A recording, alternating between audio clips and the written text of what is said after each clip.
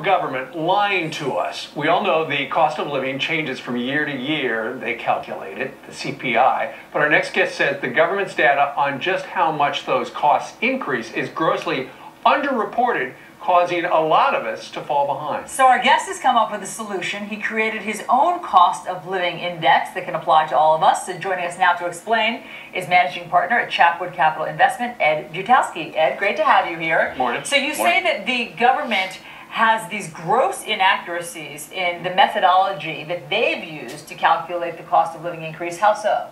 Absolutely. In fact, since 1983-84, this is when it began. Inflation at that time, the CPI number was about 12.2%. CPI, Consumer Price Index. The Consumer Price Index, and that's what our public basically public wages are tied to that. So when someone says, am I keeping up with inflation, or you get an increase in the private sector to keep you up with inflation, they're using that number. But they started changing the way, the methodologies on how they calculated it. And that has a major impact on everybody, because when you start to see that number, you say, well, that's what I'm doing to keep a constant standard of living. Sure, and we've heard, you know, the rate of inflation right now is about 3% or something like that. And so we think, okay, that's how much the cost of stuff is going up. Right. That's not true. So you've come up with this index. Let's take a look. Right now, according to the CPI, the government data, our rate of inflation is 3.6%. But look at your index. You say essentially it's 3 times bigger, because the government, you say, is measuring things that aren't as important as the stuff you're measuring. Right. The things that I measure, the government number has about 60,000 items in it. So if there's anything that you use that goes up maybe 15, 20%, an example would be a bagel, okay? Right. Bagels, this is crazy, but a bagel goes up in cost about 15 cents a year. Okay. So if you ate a bagel every single day, all right, it would be $58 more to eat bagels this year than last year. And the government doesn't report that type of information of the 500 top items. So what I did is I sent a message out to all my friends. I was going crazy over this because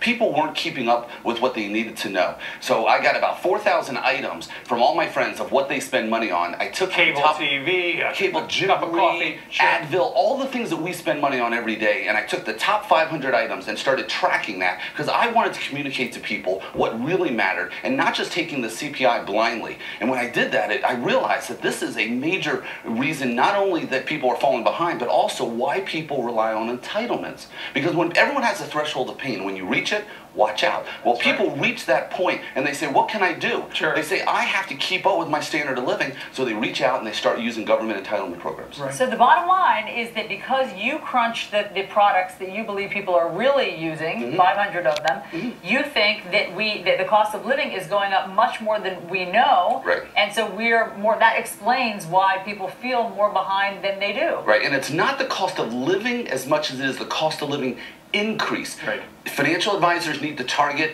exactly what the increase is in their portfolios, and we all need to know, and everyone has their own. You have your own cost of living increase, Right. you have your own. And you know what, Ed, we've got a couple of graphics. We're going to show for people who live in Atlanta, Georgia, according to the government, the Consumer Price Index, cost has gone up 2.8%. You say it's actually gone up 10%. Let's also look at Kansas City, Missouri. The government says their cost of living is at 4%. You say it is double that. So, and you look at New York City, you say it's close to 12%. Look, I've been here, for the last couple of days, and just doing anything costs more money this year than it did last year, and a lot more than 3.6%, as the government says. Interesting stuff. All right, Ed Jutowski from Chapwood Partners down in Dallas. Thanks, Ed. Thanks for having me. Thanks for us. Absolutely.